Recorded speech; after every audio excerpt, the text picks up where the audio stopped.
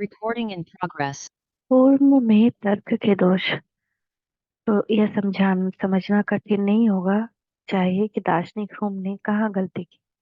उन्होंने उनके तर्क में बुनियादी दोष यह है कि उन्होंने प्रत्यक्षणों तथा प्रत्यक्षणकर्ता या विचारों तथा विचारक के बीच कोई भी विभेद नहीं किया।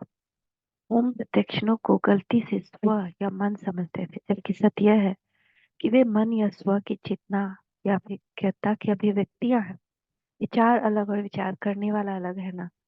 यह कहा जा सकता है कि विचार तथा प्रत्यक्षण चेतना या स्व के स्पंदन कंपन अभिव्यक्तियां या हाव भाव हैं, या कि वे कंपनों तथा उद्दीपनों के संग्रह, अंकन या श्रवण है।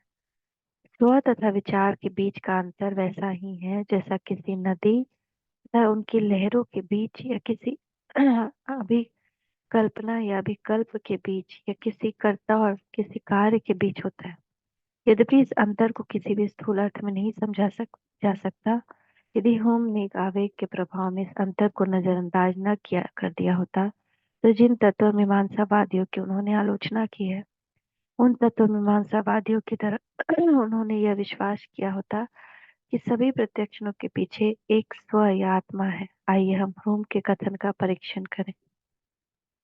ह्यूम के कथन को फिर से पढ़िए। ह्यूम कहते हैं, मैं किसी भी समय किसी प्रत्यक्षण के बिना स्वयं को भी कभी भी पकड़ नहीं सकता और किसी भी वस्तु का अवलोकन नहीं कर सकता। इसका अर्थ यह है कि मैं प्रत्यक्षणों का एक अवलोकन करता हूँ, या मैं हमेशा प्रत्यक्षण के साथ हूँ, अर्थात कभी भी उसके बिना नहीं हूँ। स्पष्टतः इसका निहितार्थ यह है कि मेरे पास प्रत्यक्षणों से पृथक मेरी सत्ता है, क्योंकि अवलोकन करता अवलोकित वस्तु से भिन्न होता है। इसी प्रकार जो व्यक्ति किसी वस्तु के साथ होता है, वह उस व्यक्ति किसी वस्तु से भिन्न होता है। स्व कभी भी किसी प्रत्यक्षण के बिना नहीं होता, क्योंकि प्रत्यक्षण अंतर विवेकशील स्व की एक योग्यता है, किंतु स्व प्रत्यक्षण नहीं है। आत्मा विचार नहीं, आत्मा कॉन्सेप्ट नहीं, आत्मा आत्मा है। आत्मा कॉन्सेप्ट क्रिएट करती है, आत्मा विचार क्रिएट करती है। जैसे कि सुगंध गुलाब के फूल का एक गुण है, किंतु गुलाब का फूल वही वस्तु नहीं है जो कि उसकी सुगंध है। यदि ह्यूम ने यह बात ध्यान में रखी होती, तो उन्होंने यह नहीं कहा होता कि यह कहा जा सकता है कि गहरी नींद के दौरान स्व अस्तित्व में नहीं रहता, क्योंकि वस्तुतः स्व वहाँ है, लेकिन तो प्रत्यक्षण जो कि स्व के कार्य है अस्तित्व में नहीं है, या स्व ने प्रत्यक्षणों का अवलोकन करना बंद कर दिया है। यदि किसी बढ़ई ने फर्नीचर बनाना बंद कर दिया, तो इसका अर्थ यह नहीं कि बढ़ई का अस्तित्व ही नहीं रह गया। इसके अतिरिक्त कौन कहता है, मैं निश्चय पूर्वक यह कह सकता हूँ कि मुझ में ऐसा कोई भी सिद्धांत नहीं। अनेक प्रत्यक्षणों का अवलोकन करने के पश्चात निश्चय पूर्वक कहने का यह अर्थ है कि मैं प्रत्यक्षणों का एक अवलोकन करता हूँ, और अवलोकन करने के पश्चात मैं सोचता हूँ और किसी निष्कर्ष का सूत्रण करता हूँ। स्पष्ट है कि यह जो अवलोकन करता है तर्कनापरक बुद्धि का प्रयोग करता है और किसी भी निर्णय पर पहुंचता है। प्रत्यक्षण नहीं बल्कि प्रत्यक्षण करता है, कोई कर रहा है। वो विचार नहीं, बट विचार करने वाला कोई है। और प्रत्यक्षणों का अवलोकन करता तथा एक विचारक है। जब वह गहरी नींद में होता है तो प्रत्यक्षणों का अवलोकन करना तथा निर्णय का सूत्र।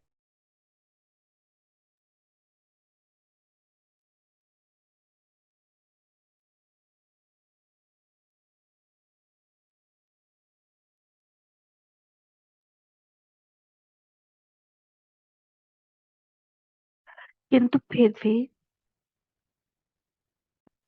In progress.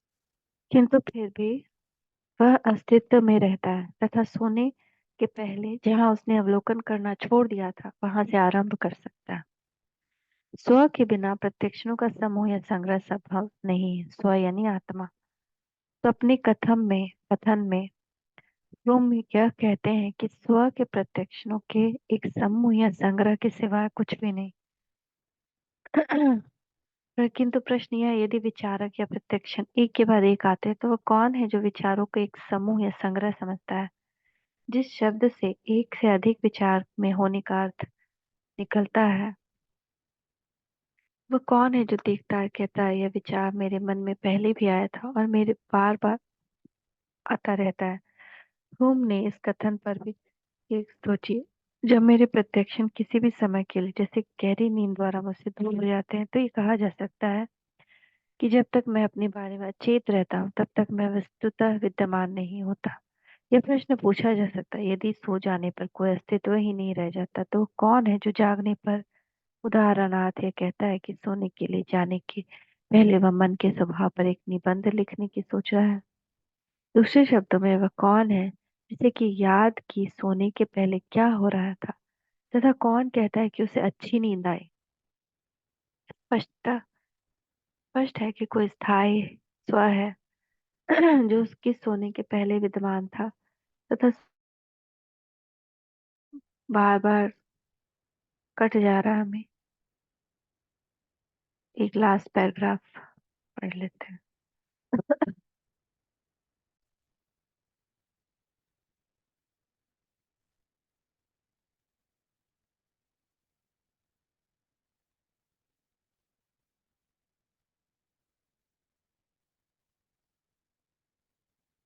In progress.